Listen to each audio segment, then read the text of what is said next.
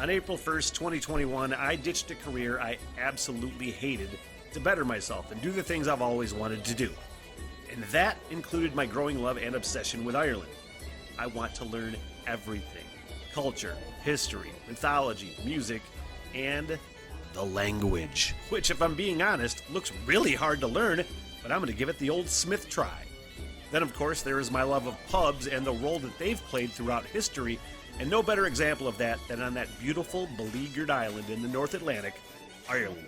April 1st, 2026, I depart for the Emerald Isle, and for 1 year, I'll hike town by town and conduct interviews with pub owners, pub regulars, historians, town know-it-alls, musicians, and basically anybody that wants to talk to me.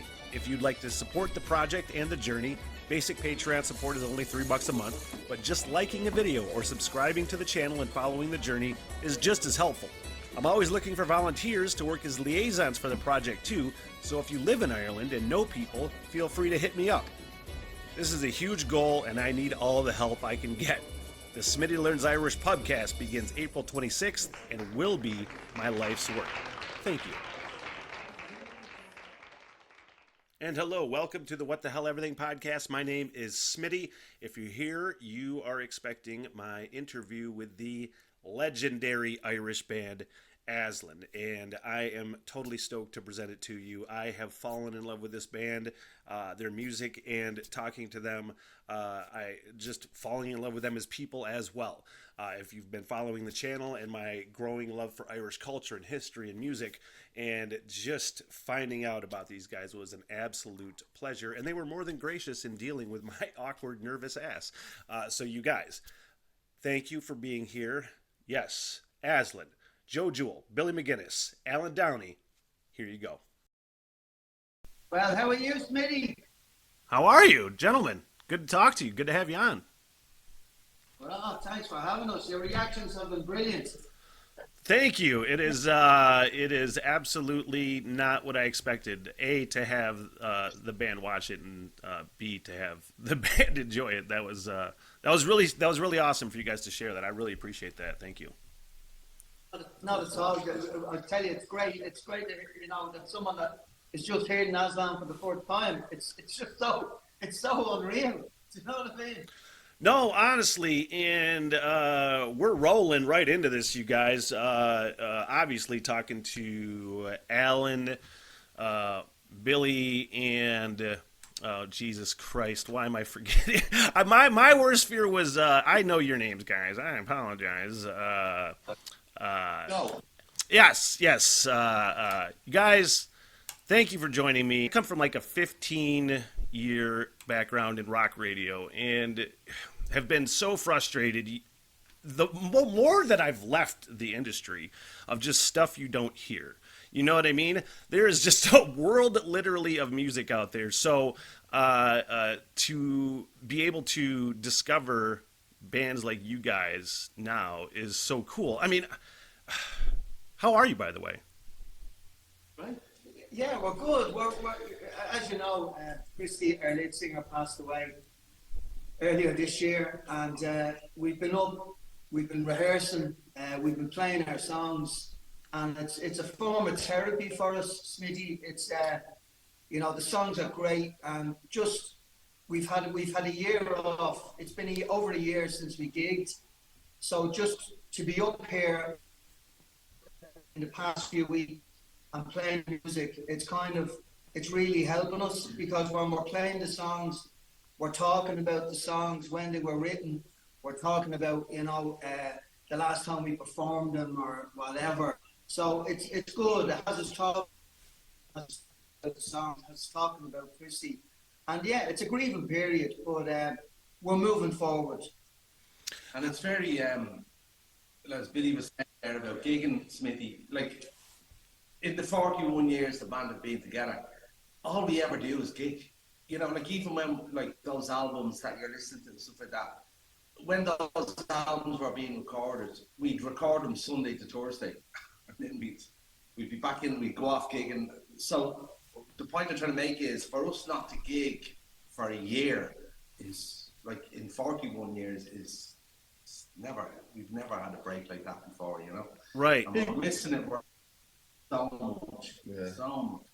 keeps us on top of things as well, you know, to be reacting with each other as musicians, you know what I mean? I think that's Well, that's super important. That rather than just Yeah, that's laying super back. important to me is just to figure out how, you guys uh, uh, know each other musically as well as friends. You know what I mean? You guys have been around for 40 years. Like, I was watching that documentary last night from you guys, which was super well done, called Please Don't Stop. So that was documented up until the point, really, before I think Christy got sick, right? So I feel like that title of that Yeah. documentary even rings more true now. Yes, definitely. Yeah, yeah. I mean, Smitty, it would have been so easy. The easier it would have been to say, okay, let's knock it on the head. So I think if the three of us decide to move forward, I think that's our decision to make, and I don't think it's anyone else's decision to make, because we just love playing and we love hanging out with each other. And we're, as you said, we're best mates, as well as being musicians in the same band for 41 years. We're also mates now at this stage, and I think it's very important that, that people respect the decision that we've made. Now, obviously, it's not going to be the same without Christy. Of course it's not. Christy is irreplaceable, but we're musicians. That's our decision to make, Smitty. Absolutely, absolutely. I look, just as something to compare it to. I mean, I think about a band like Alice in Chains, you know what I mean, who go on without a singer like Lane Staley, somebody who instantly you associate with that band. How do you even, I'm just thinking about how, because I know you didn't really discuss if you wanted to go on when Christy was still here.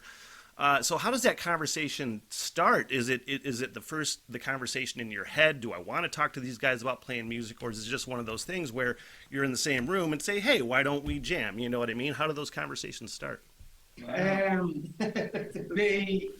You're saying, like, when Christy wasn't too well and stuff, had we talked about? Yeah, I think I think I had seen in an interview that you guys hadn't really talked about, when he was gone, if you would go on. You hadn't had those conversations at all, right? No, we kind of just left that until, I suppose, the inevitable kind of happened. There's any doubt in anyone's mind. I don't, like, even subconsciously or whatever way you want to look at it. Like, we knew kind of what was going to happen, but we didn't want to talk about what was going to happen. We just wanted to enjoy the last of it. And we always knew that I knew that Billy would want to keep going. He knew that I wanted, and Joe the same. Because that's what we want. It's just what we're born into. It's just... Yeah, we never discussed it with Christy, I don't think it would have been the right thing to do, actually, so. Plus, it was a real shock as well when Christy did pass, because he was battling cancer for over 10 years. Yeah. So it became the norm that Christy would be receiving chemo, and then he'd be well enough to gig, and we'd go out and gig, and then when he wasn't well enough, we'd stop, and then we'd go back out. But that was over a 10-year period, because he was battling it for 10 years. So we just said, Christy's invincible. This day is not going to come. But unfortunately, it did come. Yeah, I mean, just to see, it's such a shocker. I wasn't nervous before this interview until I saw footage of Christie's memorial, and just the amount of people that lined the streets and were singing along. I was completely blown away. Then I was nervous. I was like, oh, okay, this is a band that means so much to so many people, and a frontman that means so much to so many people. You guys have been together for 40 years. It's like a marriage. It's like a family, right? It's got to be. Yeah. It is. Yeah, 100%. Like when we're touring, we spend most time together than we would with our families, And we've been very lucky. Most bands, when they form, they last a year, maybe 2 years, 3 years. The stroke of luck that we had was when we released our first single independently, a song called This Is. which to this day is still getting played on radio and is still featured in, you know, Ireland's top 10 best songs ever.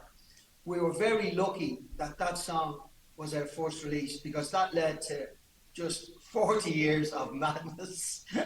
I don't think if we'd have come out with such a strong song as this is, I don't know whether we'd still be here talking about it. It just, that song led to everything else happening for the band. It really opened doors, that song, This Is. And it's still like when we play it live, to hear the audience singing back to it, it's just, it's phenomenal, Smitty. It really is. It's a great buzz. Well, what is striking to me is, you know, doing such a large amount of research in such a short amount of time for somebody who had never heard of the band, to try to find as many things as I could, just how you were able to seamlessly reflect the era musically in your band. You know what I mean? When I first heard it,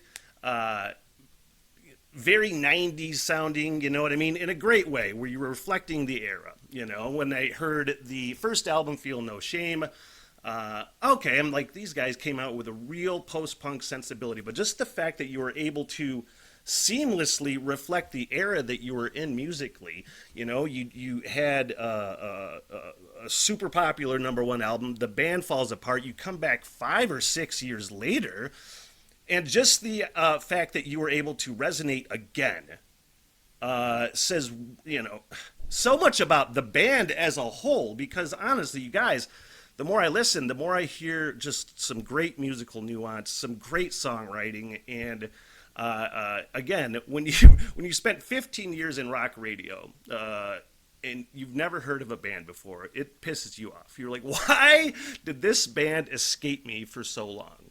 So as a band coming out of Ireland,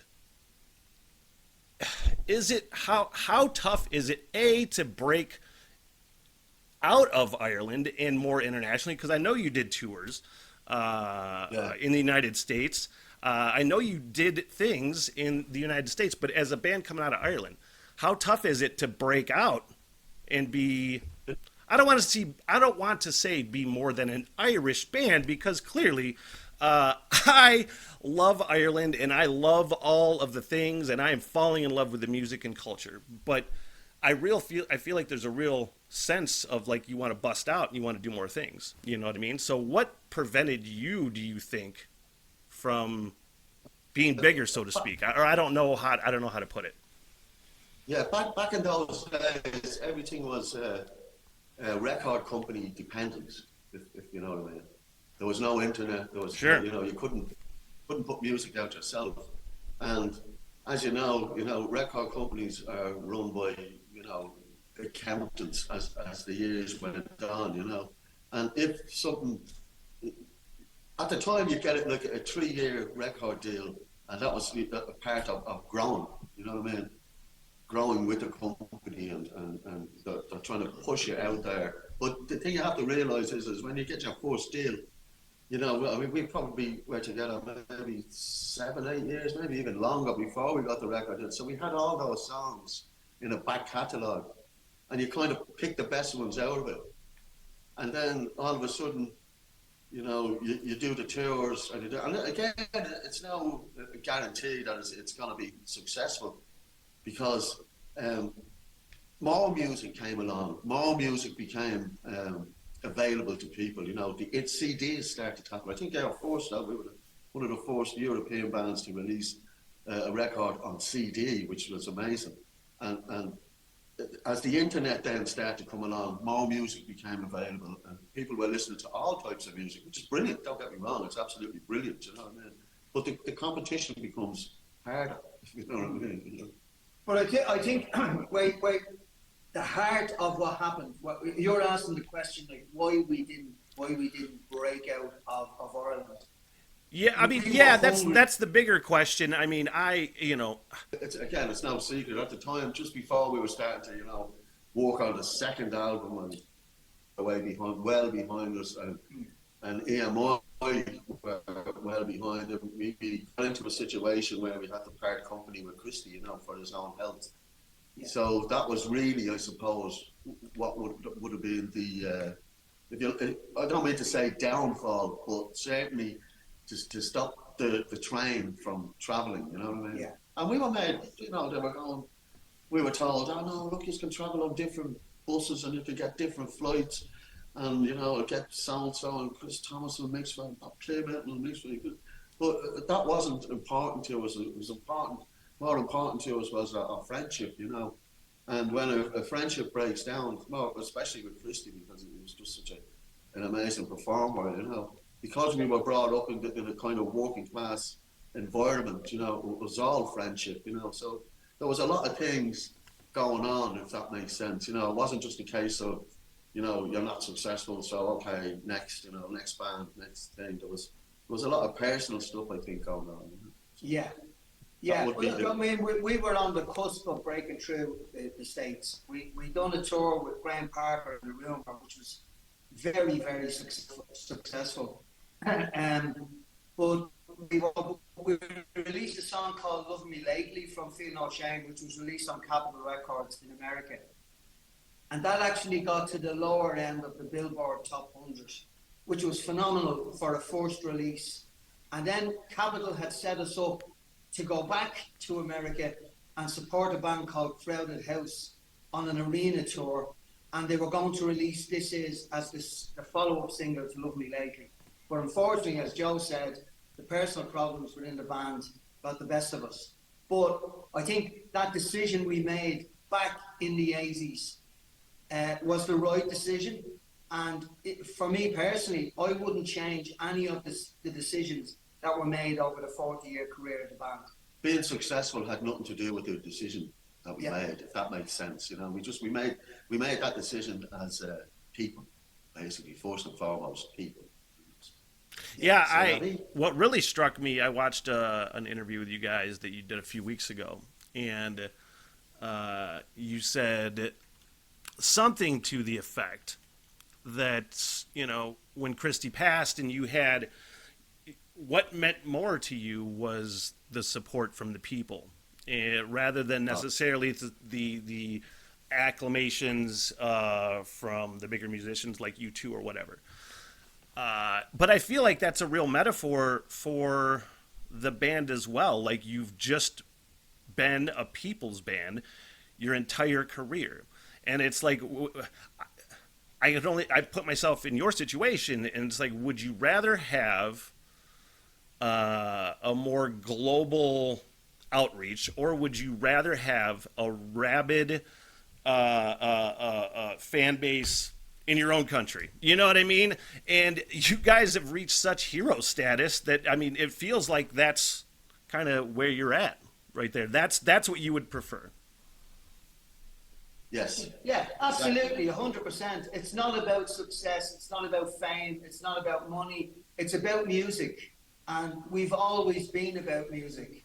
And it's gas. If you look back at some of the songs, lyrically, it's as if those songs could have been written yesterday.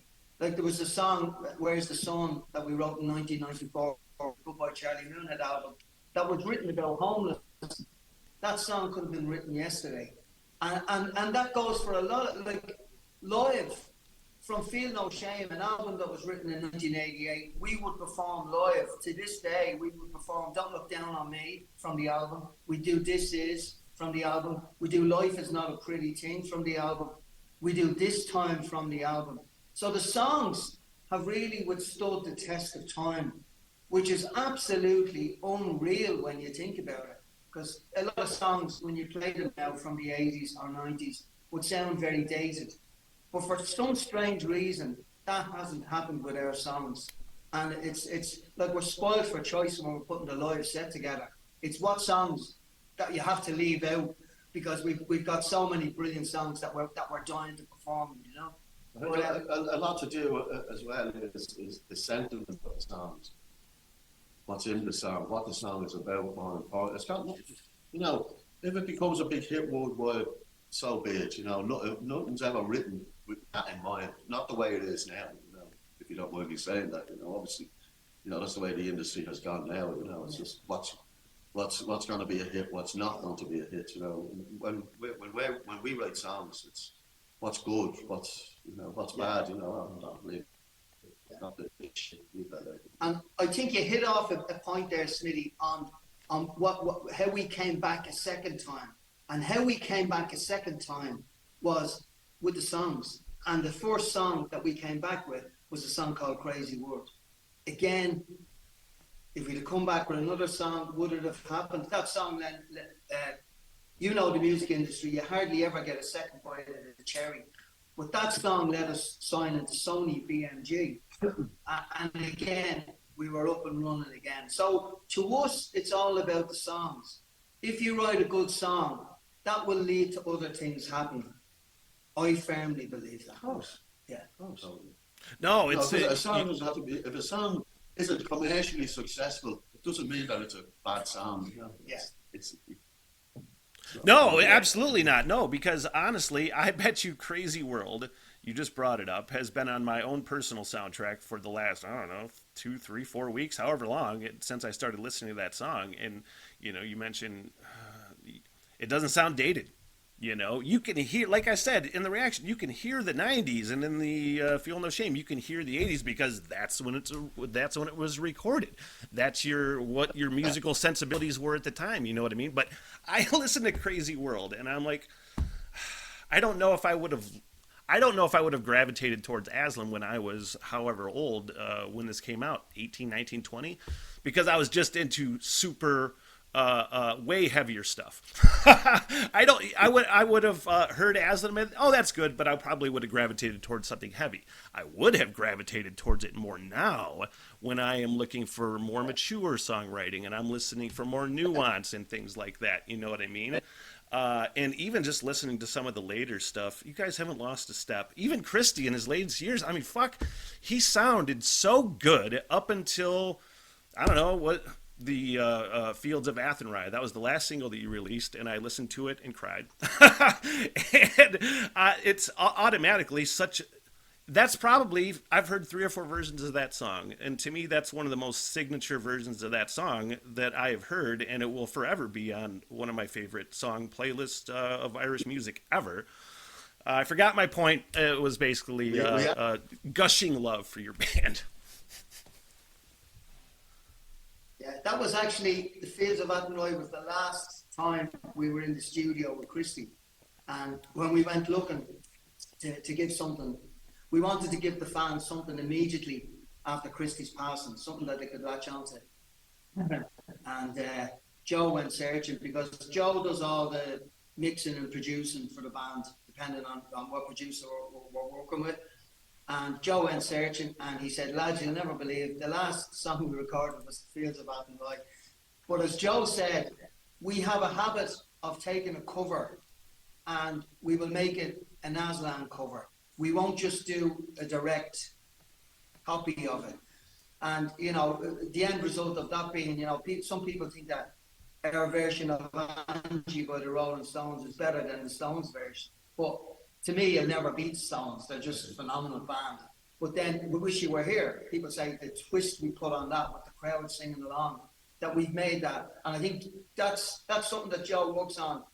When we're doing a cover, Joe would purposely try and put the Aslan into it. And with the Fields of Athenry, he did that. And obviously with Christy's voice, you know, because no matter what way you look at it, with any band, the voice is the band. You know? That's basically the thing. So, I mean, it's quite easy to work with such a great singer, you know. But obviously, the music that comes from behind is playing the music, having that Aslan sound, you know, whether it's from the 80s or the 90s. Listen to it now, as soon as you hear Christy's voice, you go, oh, that's Aslan. No, that was the thing that struck me first. That I want to say is just how signature of a voice it is. Now, to shift gears, I don't even like asking this question. Have you even talked about a new vocalist at all? Have you even talked about a new vocalist? Smitty, you can ask us whatever you want. That's one thing about Aslan. We're very honest and we're very, what you see is what you get, and we're percent truthful. So, No, I love it. you know, you can ask a question you want to ask, but I've an idea, I've a funny idea what question is coming down. No, I'm not a millionaire. Okay. Good. I mean, have you guys even talked about bringing a new vocalist in? Because we talk about how signature of a voice he had, and I made the Alice in Chains comparison earlier, you know what I mean, where they went on with a singer that didn't sound like Lane Staley, and he sounded like himself, but he could do the originals, you know what I mean? I don't really, have you even had that conversation at all?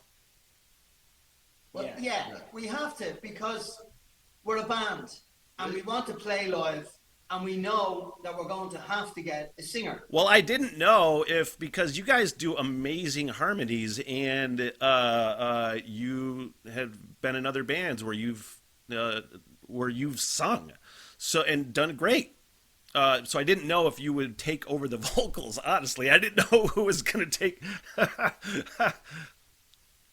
No, we'll definitely be getting a lead singer.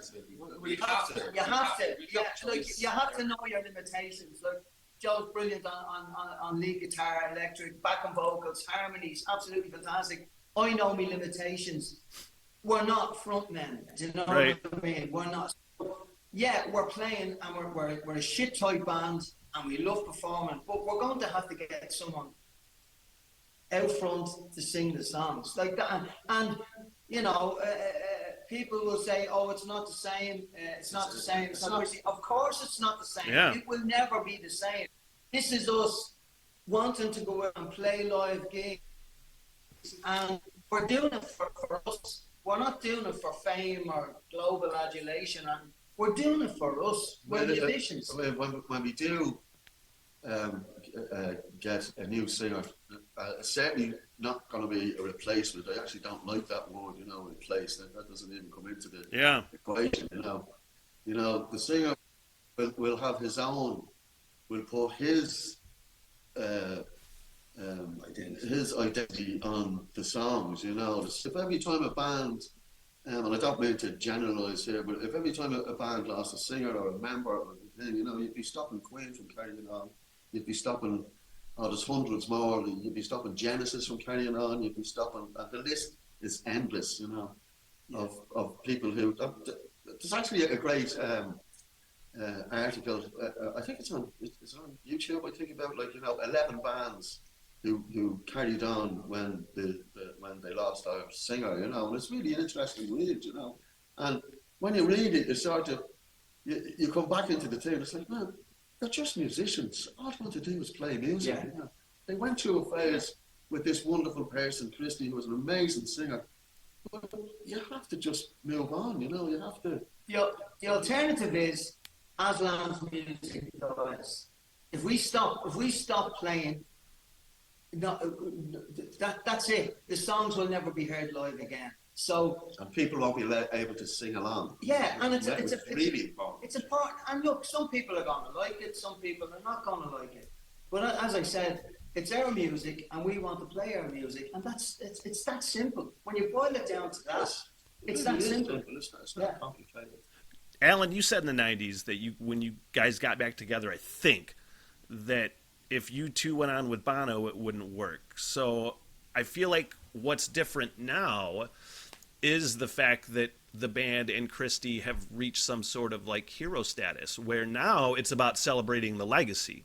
And I don't know if back then there was the legacy necessarily as there is now. That's what's different.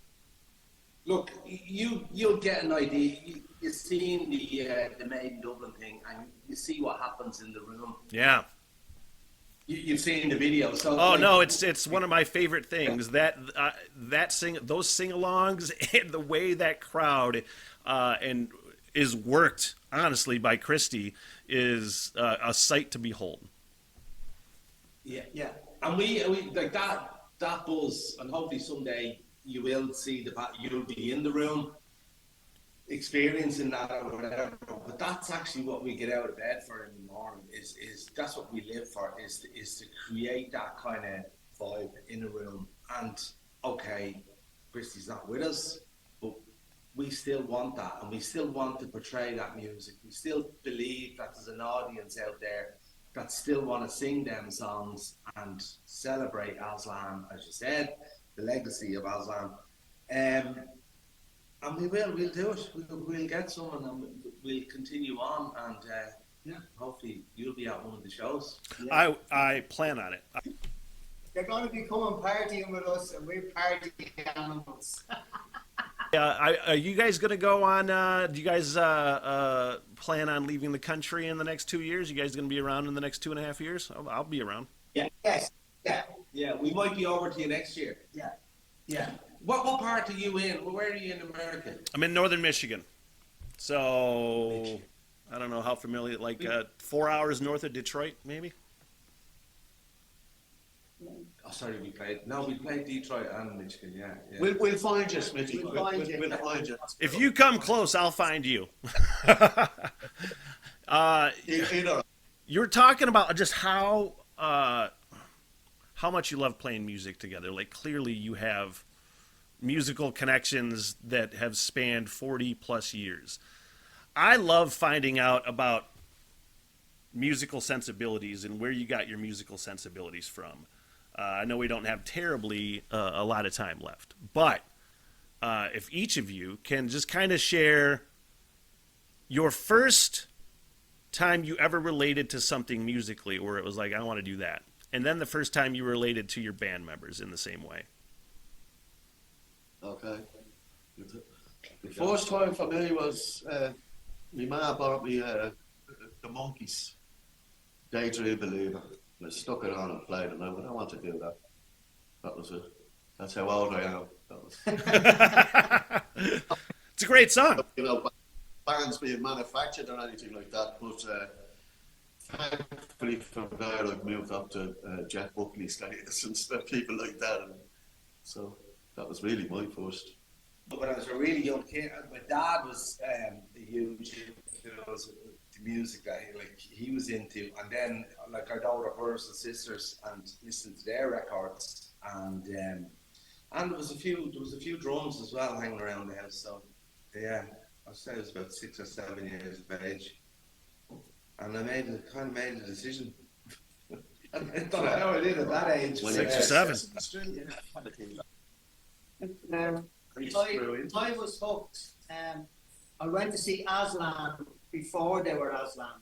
They were a band called Mila 18. And I went to see them in the Revenue Commissioners Club in Dublin. And I walked in and I saw Christy performing on stage, and there was about 8 people on stage, saxophone and keyboards and everything. I was just mesmerised. I'd never seen a frontman like Christy before, and I kind of knew the bass player that was with them at the time, a fellow called Tony. And I went up to Tony after the gig and I said, Tony, I have to be in this band. And he said, can you play Anthem? I said, no, still can't. But I have to, they were just unreal. Christy was he was like an alien that come down from space and was performing on stage. And I persevered. And a couple of years after that, seeing them and asking could I join the band, I actually got into the band. So never give up on your dreams, because that was it. I just wanted it. Couldn't do anything, couldn't play guitar, couldn't sing, couldn't do anything. But I just still can't. just I persevered and got into the band. And that was, never looked back. Brilliant. When you saw them, was that around the time, was that talent show you guys did? Was that 1980 what? You guys did some talent show? It would have been around 1990. Yeah, Mila 18 was 1979 to Aslan formed in 1982. So it would have been after 82, but definitely early 80s, very early 80s, because my first gig with Aslan was 1984 in a place called the Lark in the Park in Raheny, and I was one of the backing singers. They had me up on stage backing singing. That was the first gig with them. But what a journey it's been, and it's still. I'm looking forward to the next leg of the journey. How you feeling so far? Are you creating new music? Are you sitting down doing new things? I mean, clearly the last few years have had to be inspiring for you musically, right? Yes, yeah, and I think that's going to be very important in the moving forward process. At the moment, we're playing music and we're writing and we're up here in Camelot Studios. This is where we rehearse in Dublin. But the next phase, and I think it's going to be very important, is to get something new released, so people will understand that yes, we Aslan are moving forward and they're going on with the next phase of their career. So yeah, that's part of the bigger picture, Smitty, definitely, 100%. As well as finding the singer, getting out gigging, releasing new material. It's all part of that package that we're going to have to push. You never stop writing music. It just doesn't stop. It's like second nature to you. Is it like breathing? It's got to be like breathing. You'd make a note of it on your phone. A couple of lyrics. You guys, I want to thank you so much for coming on. And again, I want to say another thanks to Denise for reaching out as well. You guys have been nothing but awesome. I have absolutely fallen in love with your music. There's so much that's going on my own personal playlist now. I love if there is any sort of positive aspect that you can put on the passing of any person at all, be it a musician in this case, is that in some way, shape, or form, it's going to lead your music to other people. I think of like Sinead O'Connor. I think of how many artists that passed away that nobody heard of before, and especially, like you said, now that the internet exists and you can share things freely and you don't got to worry about fucking labels. I love finding music that I didn't know existed before. I'm all about opening rock and roll minds, and you guys have opened minds, so I can't thank you enough. Well, can I just tell you, Smitty, that's lovely to hear, and we enjoyed, because you hadn't a clue about Aslan, and when Denise saw the reaction and you put up a couple of reactions, we were absolutely blown away, because it's great to see someone that had never heard of Aslan suddenly hearing of Aslan. And for Ireland, for such a small country, a population of 5 million, if you look at the amount of international acts, like the Cranberries, U2, just there's hundreds of them. Musically, Ireland is way punching above its weight. There's so many brilliant bands here at the moment. It's just like, it's phenomenal. And it really is. Long may it continue. Irish music is where it's at, definitely.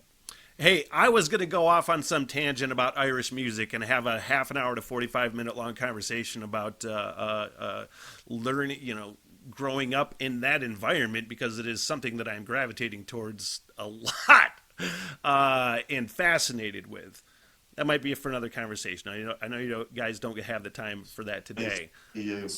But there's such a sensibility, it seems to me, of just this togetherness, of this inclusivity of all of the musicians on that island. Just, it seems to be there's not a competition aspect like there might be in the United States between bands. I've worked with a lot of fucking bands in this region of northern Michigan, and there doesn't necessarily seem to be a competition aspect where it's more supportive and promoting other bands and artists. Yeah, and you mentioned Sinead O'Connor there. One of the highlights of our career, over a 40-year career, was having Sinead come down and sing with us on one of our albums. And it was just like, we were going, Sinead O'Connor's coming down.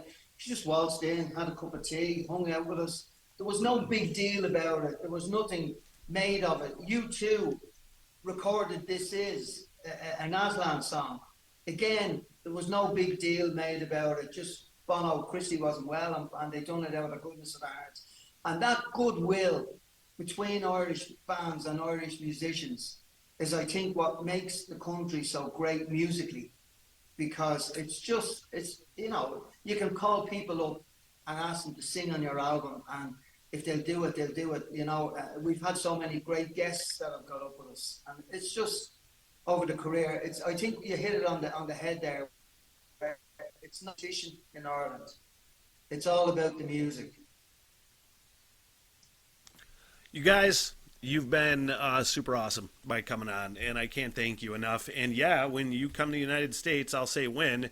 I would love to be there. You just let me know, and I'll make the drive. I'll make the drive. I'm calling it right now. Yeah. Brilliant. Thanks very much, Smitty. Thanks, Smitty. Thank you. Thank you, gentlemen. Have a great day. Make great music. Thank you. Thank you. And thank you guys for tuning in. I really appreciate you taking the time, and a huge thank you again to Aslan and Denise, their manager, for reaching out as well. I cannot thank you enough, and for ultimately helping me promote my project. If you are interested in more What the Hell Everything podcast, please consider clicking the YouTube page link, subscribing to the channel perhaps, and then in 2026, of course, the Smitty Learns Irish pubcast that is my absolute passion, and I cannot wait to get started. And if you'd like to support that, the Patreon page is only $3 a month for basic support, and way more reactions on that channel as well. So thank you very much, you guys, and until next time. What the hell, everything?